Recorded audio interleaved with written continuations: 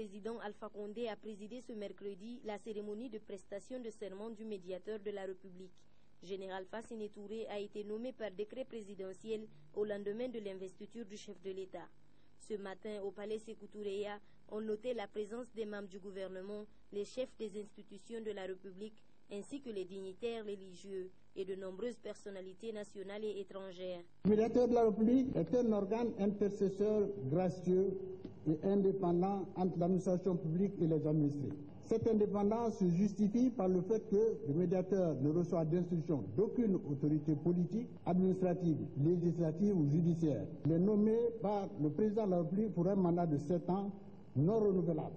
Il ne peut être démis de ses fonctions qu'en cas d'empêchement définitif ou de faute grave constatée par la Cour suprême. Pour leur part, les citoyens disposent d'importantes prérogatives vis-à-vis du médiateur de la République. C'est ainsi que toute personne physique ou morale qui estime à l'occasion d'une affaire la concernant qu'un des organismes de l'État, des collectivités territoriales, des établissements publics et de tout organisme investi d'une mission de service public n'a pas fonctionné conformément à sa mission, doit de service public peut, par une réclamation individuelle, écrite ou orale, saisir le médiateur de la République. Général Fassine Touré avait occupé le poste de ministre dans 5 départements, mais aussi de très hautes fonctions de l'État. Le président de la République a reçu le serment que la loi prescrit aux médiateurs. J'attends de sa part des actes de dévouement, de loyauté et de rigueur exemplaires dans le traitement diligent des dossiers dont il est saisi, en respectant scrupuleusement la réglementation en vigueur. Les usagers de l'administration publique et les citoyens guinéens en général ne peuvent que se réjouir de l'avènement de cet interlocuteur privilégié, chargé de trouver des solutions satisfaisantes aux préoccupations qu'ils peuvent avoir du fait de la puissance publique. Aussi, je souhaite vivement que les bénéficiaires des services du médiateur de la République fassent un usage rationnel en ne soumettant que les questions qui relèvent de sa compétence et pas plus. Dans tous les cas, il est important que les usagers trouvent une oreille attentive au cri du médiateur de la République, comme ce dernier peut compter sur l'appui du président de la République, du Premier ministre et de son gouvernement, ainsi que l'ensemble des services publics concernés. Il me reste à présent à recevoir le serment que la loi prescrit au médiateur de la République pour prêter devant le président de la République. Ce serment, il faut le rappeler, en évidence un devoir de loyauté à la charge de celui qui a assuré dans l'exercice de ses fonctions, ceci en tout temps et en tout lieu. Monsieur le médiateur de la République, Fassine Touré, je demande de vous lever de lire le texte du serment que vous êtes soumis en levant la main droite et dire « Je le jure ». Je jure de bien et fidèlement remplir mes fonctions de médiateur de la République, de les exercer en toute indépendance et en toute impartialité, dans le respect des lois de la République, et de ne révéler aucun secret que j'aurais obtenu pendant et après l'exercice de mes fonctions. Je le jure. Selon la loi qui a créé l'institution, le médiateur de la République est une autorité indépendante. En Guinée, ce poste a été créé en 2010. Un mandat de 7 ans non renouvelable lui est attribué.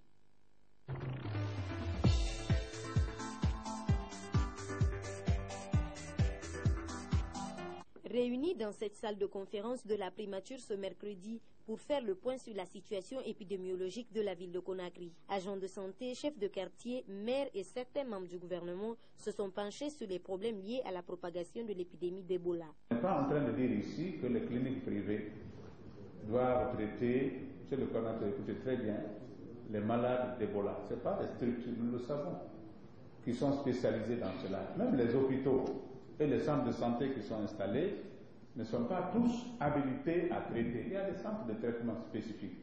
Mais ce dont il est question, c'est comment encourager les gens à ne pas se volatiliser et à être encouragés à aller là-bas. Après moult interventions de différents représentants des quartiers ainsi que la coordination de riposte à Ebola basée dans chaque commune, il est important de signaler que la commune de Matoto constitue à ce jour l'épicentre de l'épidémie. Pour savoir pourquoi, par exemple, à Matoto, il y a beaucoup de décès communautaires, quelle est l'origine de ce phénomène, comment les comités de veille travaillent. Je pense que cette revue, commune par commune, nous a permis de comprendre beaucoup de choses, de proposer, n'est-ce pas, des démarches pour renforcer l'action qui a été déjà engagé sur le terrain. Nous sommes confiants qu'avec l'engagement de tout le monde, cela va marcher. Mais j'en profite pour dire aux populations de Conakry que le défi est encore très grand. Il faut que chacun retrousse la manche. Il faudrait que nous acceptons d'envoyer les malades dans des centres de traitement. Il faudrait que chacun se dise que si un frère vient d'un village, que si un cousin vient d'un village, il doit d'abord, s'il est malade, il doit être présenté à un centre de traitement. Le coordonnateur national de lutte contre Ebola entend multiplier les efforts pour enfin lever les réticences à Conakry et ses environs. C'est un dysfonctionnement de nos unités de coordination au niveau communal de la ville de Conakry et au niveau national. On ne peut pas garder un corps pendant 2 jours et que nos subordonnés disent qu'ils ont peur et que le président de la Croix-Rouge qui est responsable de cela au niveau de notre coordination nationale ne soit pas informé. Je demande vraiment à la ville de Conakry de ne plus garder un tel type d'information. À noter que dans les jours à venir, la coordination nationale de riposte à Ebola mettra en circulation des laboratoires mobiles.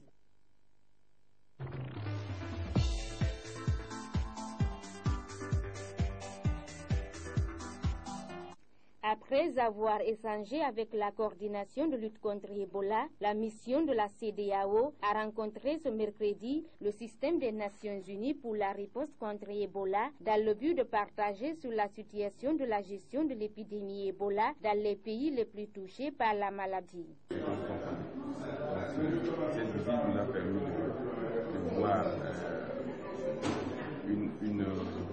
d'avoir une autre version qui coïncide d'ailleurs avec ce qu'on a vu ailleurs.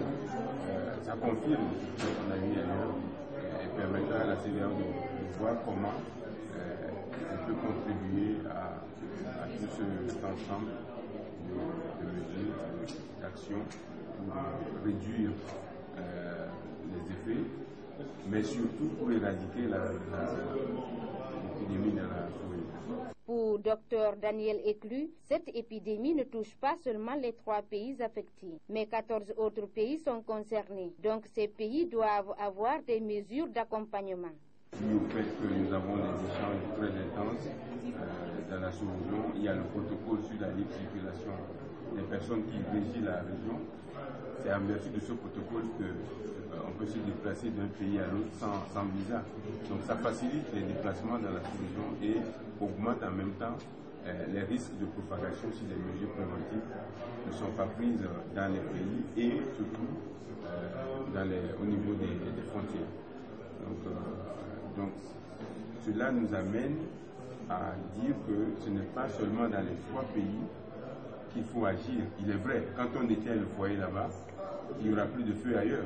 Mais pour le moment, les feux ne sont pas encore éteints. La région de Zérékori, qui a été le fief de l'épidémie, est aujourd'hui à 0 Ebola. Mais c'est la Basse-Guinée et la capitale Conakry qui deviennent l'épicentre de la maladie avec une réticence persistante entraînant des chaînes de contamination. C'est ce qu'on appelle les enterrements sécurisés. Que les gens comprennent que tant qu'un diagnostic n'est pas fait pour déterminer la cause de la mort, il faut toujours assumer sa fait Ebola et ne pas toucher à ses corps. La façon la plus rapide de faire propager cette maladie, c'est de toucher au corps de personnes qui sont mortes d'Ebola. Et en ce moment-là, on procède à ce qu'on appelle des enterrements sécurisés et dignes, en respectant les us et coutumes et religions de ces personnes. Malgré tous les efforts dans la lutte contre l'éradication de cette maladie, la réticence existe encore en Basse-Guinée, du coup exposant tous les pays, voire même la sous-région.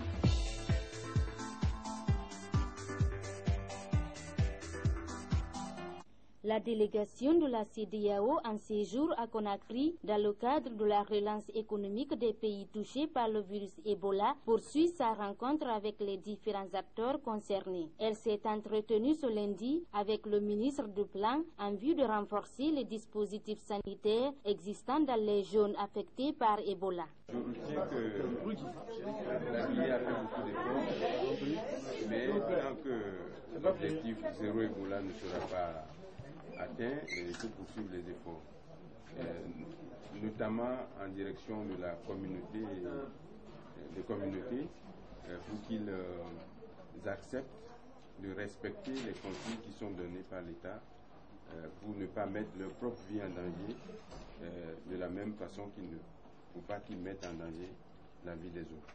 En dépit des conséquences de la maladie Ebola dans le fonctionnement du ministère du Plan, Ebola a chassé les investisseurs économiques, entraînant des crises alimentaires. À cela vient s'ajouter le nombre d'orphelins qui gangrènent la plupart des foyers du pays.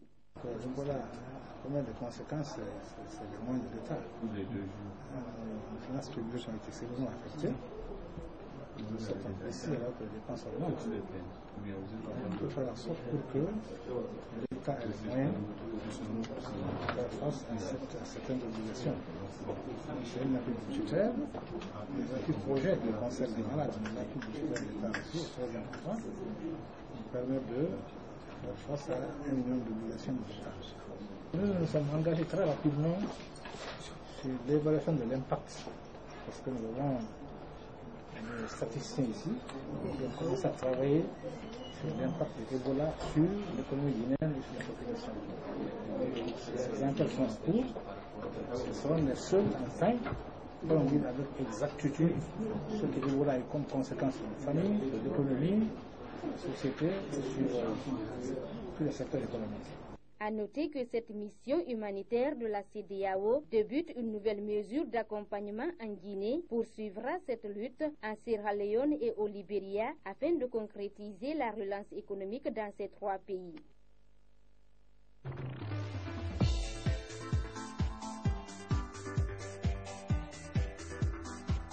Le groupe média Gangan en deuil. Le cadreur en chef de la télévision Gangan a tiré sa révérence ce mardi 17 mars. Mamadou Salifou Silla, appelé communément So par les intimes, est décédé de suite d'un accident de la circulation. C'est de retour de son village natal Bofa que Mamadou Salifou Silla So a fait un accident sur la nationale Conakry-Tanene le dimanche dernier. Le père adoptif du défunt parle de son fils.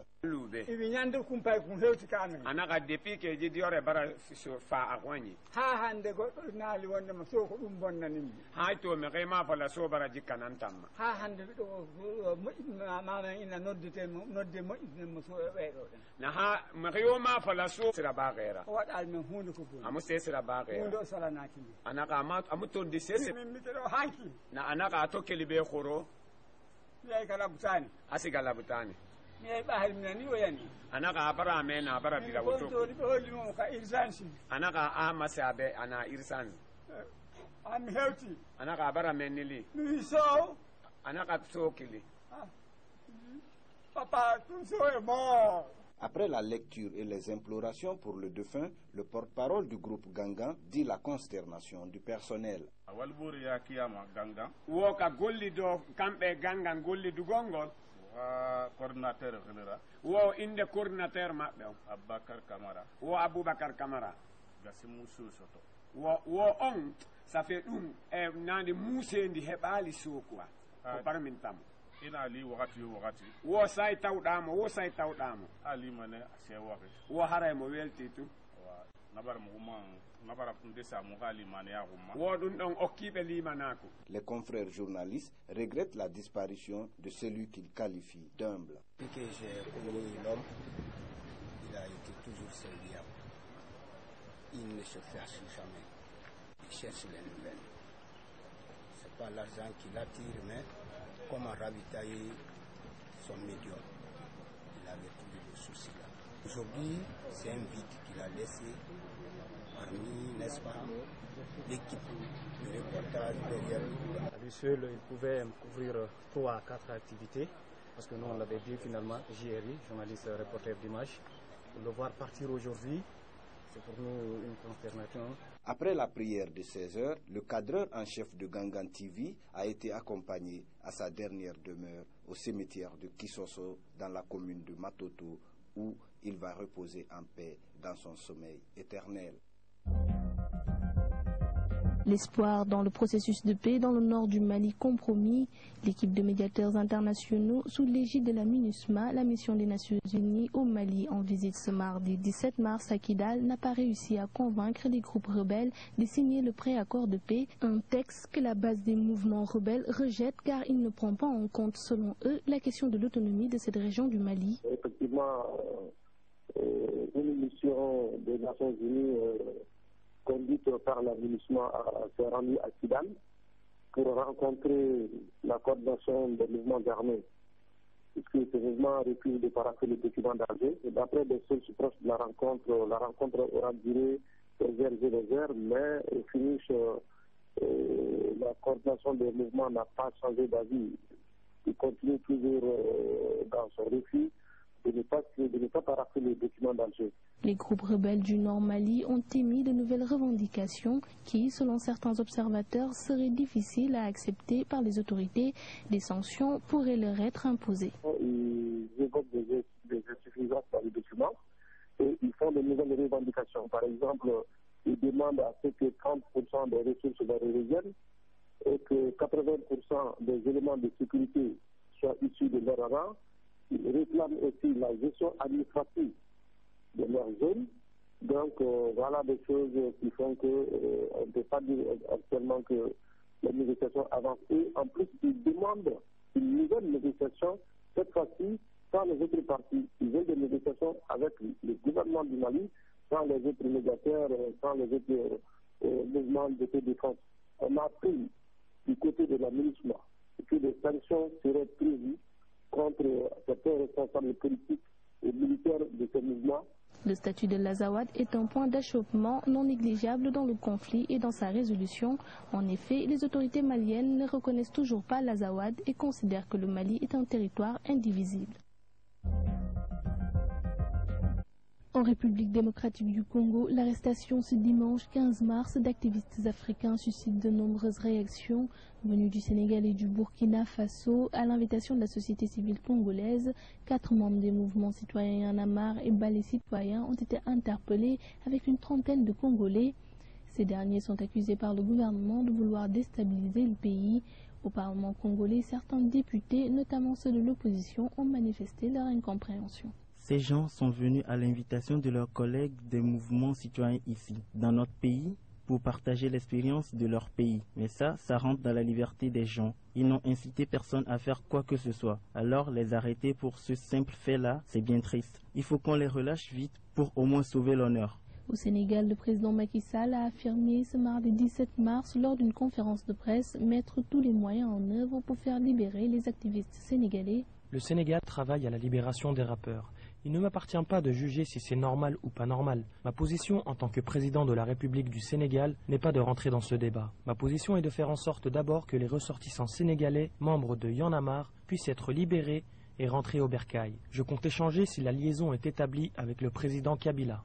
Les militants des mouvements citoyens concernés, quant à eux, maintiennent la pression. Selon Tchad du mouvement Y en a marre, les informations filtrent au compte-gouttes, mais d'après certaines sources, leurs camarades devraient bénéficier d'une expulsion immédiate après la fin de la mesure de garde à vue de 72 heures ce mercredi. Il y a juste les gens du poste de l'État qui nous ont appelés pour nous demander de ne rien faire pour le moment et de leur donner les 72 heures de garde à vue. On est en train de se poser plein de questions pour savoir qu'est-ce qui se passe. Et maintenant, on va essayer de faire confiance à l'État du Sénégal, qui dit que les négociations vont bon train et qu'on laisse les Congolais aussi prendre le temps de faire leur enquête et de libérer les gars quand eux ils le voudront. Parce que c'est comme ça. L'arrestation des activistes africains a reçu un large écho. Plusieurs organisations internationales sont montées au créneau. Elles dénoncent une violation des libertés fondamentales et demandent la libération sans condition des jeunes activistes. Au Nigeria, les élèves de l'État d'Adamawa ont repris le chemin de l'école. Et c'est là après 4 mois d'arrêt des cours suite aux exactions de Boko Haram dans cette partie du pays. Aujourd'hui, la page est tournée, la sécurité refait surface avec la présence des soldats nigérians dans cette localité.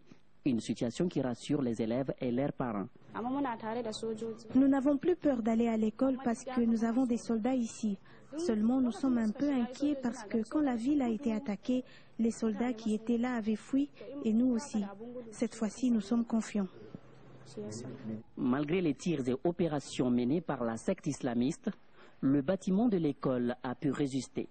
Cependant, les élèves ne sont pas prêts à oublier les exactions commises par Boko Haram dans leur ville. Le nombre d'élèves qui vient à l'école est maintenant bien en deçà des attentes. Normalement, on est censé avoir 700 élèves. Ceux qui sont là en ce moment ne font pas plus de 200. À Adamawa, la ville reprend timidement son cours. Les habitants vaquent à leurs occupations. Toutefois, un dispositif militaire est visible sur l'ensemble de la ville.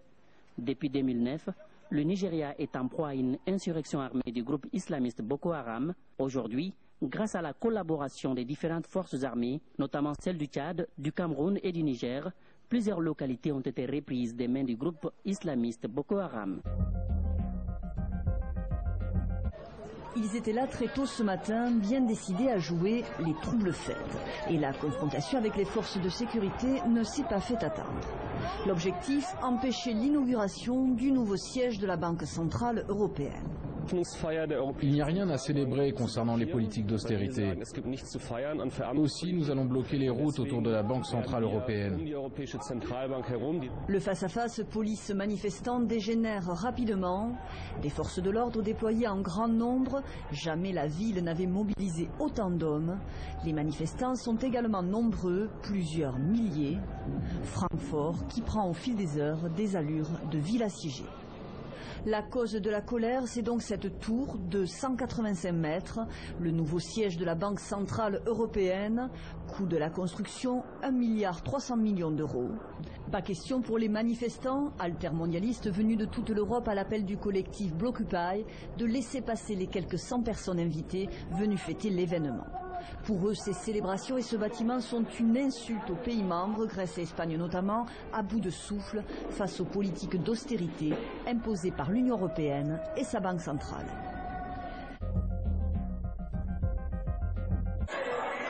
Ambiance de victoire au QG du Likoud.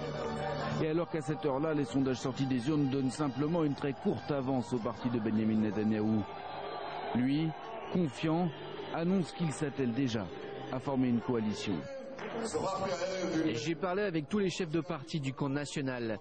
J'ai lancé un appel et je leur ai demandé de se joindre à nous et de ne pas tarder à mettre sur pied un gouvernement en Israël.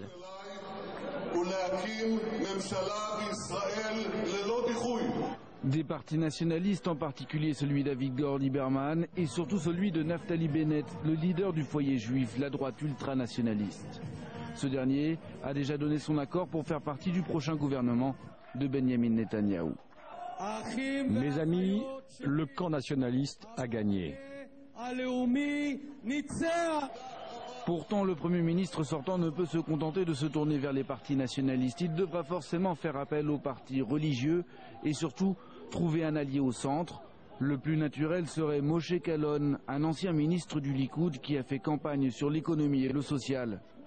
Benyamin Netanyahou lui a proposé le poste de ministre des Finances, mais le leader du nouveau parti Koulanou a dit préférer attendre les résultats définitifs avant de donner sa réponse. Devant ses partisans, il promet de ne pas trahir ses électeurs. Je n'oublierai jamais d'où je viens. Car Moshe Kalon le sait, c'est le président Reuven Rivlin qui doit décider à qui il confiera la tâche de former le prochain gouvernement. À regarder les résultats, il y a peu de chances qu'il ne choisisse pas Benyamin Netanyahou. Mais d'autres scénarios sont encore possibles, en particulier celui d'une grande coalition rassemblant le Likoud et l'Union sioniste. Mardi soir, le président Rivlin affirmait que seule cette option empêcherait le démantèlement de la démocratie. Mais c'était avant que les résultats donnent une avance nette au parti de Benyamin Netanyahou. Premier ministre usé par le pouvoir. C'est l'image qu'ont donné les observateurs de la politique israélienne. Mais c'est tout l'inverse qu'a montré Netanyahou. Sur tous les fronts, Le chef du Likoud s'est lancé dans un sprint final pour attirer les derniers indécis, jusqu'à fortement droitiser sa campagne. La veille du scrutin, il écarte pour la première fois publiquement la création d'un État palestinien. Je pense que celui qui voudra établir un État palestinien ou se retirera de nos terres aura juste cédé du terrain face aux attaques terroristes des islamistes radicaux contre Israël.